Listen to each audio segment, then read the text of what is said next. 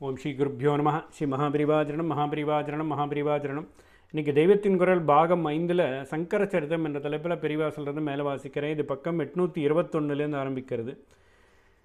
நம் தேச நம்பிக்கையே இருந்தாலும் சரி, சாஸ்திரஜர்களின் அபிப்பிராயம் இருந்தாலும் சரி, விக்ரமாதித்யன் என்பவனை பற்றி ஒன்றும் நிச்சயப்படுத்தி சொல்லத் தெரியவில்லை என்றுதான் நடுநிலையில் இருந்து கொண்டு பார்த்தால் ஒப்புக்கொள்ள வேண்டி வரும். அவனை பற்றி சொல்லும் பிருகத் கதை, காகா சப்தசதி முதலியவை நாவல்கள் மாதிரியான கதைகளாகவே இருப்பவை. புராணங்கள், ராஜதரங்கிணி முதலியவற்றின் பிராமணியம், அதாவது மெய்மை உறுதி இவற்றுக்கில்லை. வீர சாகசங்கள் செய்த ஒருவனுடைய ஆச்சரியங்கள் நிறைந்த கதைகள் எந்த தேசத்து ஜனங்களுக்கும் வேண்டியிருக்கிற ஒன்று. அப்படி விக்ரமாதித்யன், மதன காமராஜன் போன்றவர்களுடைய கதைகள் மிகுந்த பிரசித்தி பெற்றுவிட்டன. இவர்களை சரித்திர புருஷர்களாக வைத்து கால நிர்ணயம் செய்ய புறப்பட்டால் குழப்பமாகத்தான் இருக்கிறது. ஒரு சமயத்தில் ஜனங்களை ரொம்பவும் வசீகரம் செய்யும் ஒருவன் தோன்றினால் அவன் மீது நிறைய கதைகளை ஏற்றி விடுவது வழக்கம். அப்படித்தான் உஜ்ஜயினில் இருந்து ஆட்சி செய்த ஒரு விக்ரமாதித்தன் தாரா நகரத்திலிருந்து ஆட்சி செய்த போஜன் முதலியை பற்றி நடந்திருக்கிறது. போஜனின் காலத்தவனே காளிதாசன் என்றும் நம் தேச நம்பிக்கையாக இருக்கிறது.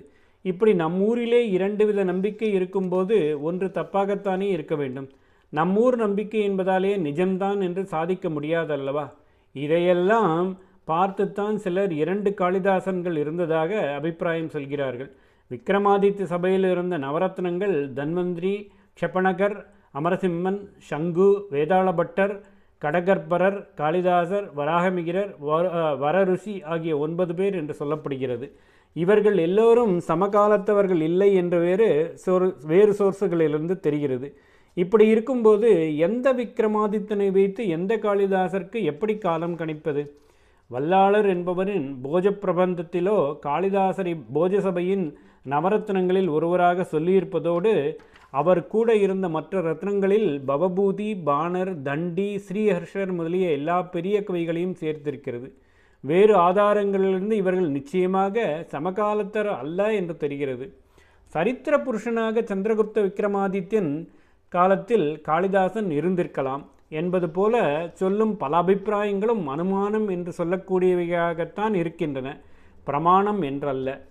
புஷ்யமித்ர சுங்கனுக்கு முன்காலத்தில் காளிதாசன் இருந்திருக்க முடியாது என்று அப்பர் லிமிட் சொன்னார் போல கிபி 7ஆம் நூற்றாண்டுக்கு பிறகு அவர் காலம் இருக்க முடியாது என்று லோவர் லிமிட் கட்டுவதற்கு அதிகமாக எதுவும் சொல்ல தெரியவில்லை. கிபி 7ஆம் நூற்றாண்டின் முன்பாதியில் அர்ஷரின் ஆஸ்தான கவியாயிருந்த பாணர் அர்ஷ சரித்திர ஆரம்பத்தில் காளிதாசனை பேர் சொல்லி புகழ்ந்திருக்கிறார். அதே காலத்தியதாக உள்ள ஒரு ராஜசாசனத்திலே காளிதாசனின் பெயர் ஒரு ஸ்லோகத்தில் குறிப்பிடப்பட்டிருக்கிறது. 2ஆம் புலிகேசியின் சாசனம், ஜஹாலோ என்ற சில்ப முக்கியத்துவம் வாய்ந்த ஊரைச் சேர்ந்த சாசனம். சகவருஷம் 556, அதாவது கிபி 634 என்று திருத்தமாக தேதி குறிப்பிட்டுள்ள சாசனம். இதில் ரவிகீர்த்தி, பாரவிகீர்த்தி என்று வார்த்தை விளையாட்டு செய்திருக்கிறது. கவிதையால் ஆச்சரியக்கப்பட்ட காளிதாசர் போலவும் பாரவி போலவும் கீர்த்தியுடன் ரவிகீர்த்தி என்பவர் விளங்குவதாக அந்த சாசன ஸ்லோகம் தெரிவிக்கிறது. ச விஜயதாம் ரவிகீர்த்திகி கவிதாஸ்ரித காளிதாச பராவி கீர்த்திகி.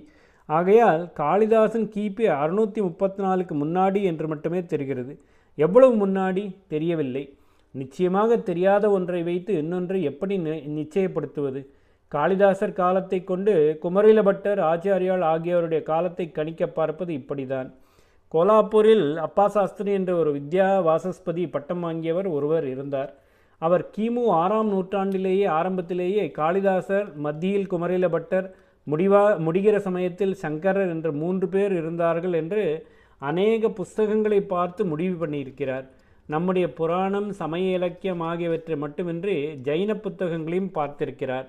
மதம் என்று வரும்போது 2க்கும் ஒரே சண்டையாயிருந்தும் கூட கால நிர்ணயங்களில் அவை எப்படி வித்தியாசமே இல்லாமல் ஒத்துப்போகின்றன என்பதை நாம் கவனிக்கும்போது இப்படி ஆப்போசிட் சோர்ஸுகளிலிருந்து கிடைக்கிற ஒன்றேயான அபிப்பிராயத்தை ஏற்றுக்கொள்ள வேண்டியவர்களாக இருக்கிறோம். கிறிஸ்து சகாப்த பௌத்த நூலாசிரியர்கள் விஷயம். அடுத்த பாயிண்ட்டுக்கு வருவோம். தின்னாகருடைய வைபாசிகம், அசங்கரின் சௌராந்திரிகம், நாகார்ஜுனரின் சூன்யவாதம் ஆகியவற்றை ஆச்சாரியால் கண்டனம் பண்ணியிருப்பதால் கிபி 2லிருந்து 6ஆம் நூற்றாண்டுக்குள் வந்த இந்த பௌத்த சித்தாந்திகளுக்கு பிற்பட்ட காலத்தவர் தான் ஆச்சாரியால் என்று ஆர்குமெண்ட்டை பார்ப்போம். ஓம் ஸ்ரீ குருப்யோ நமः. ஸ்ரீ மகாபரிவாஜரணம் மகாபரிவாஜரணம் மகாபரிவாஜரணம்.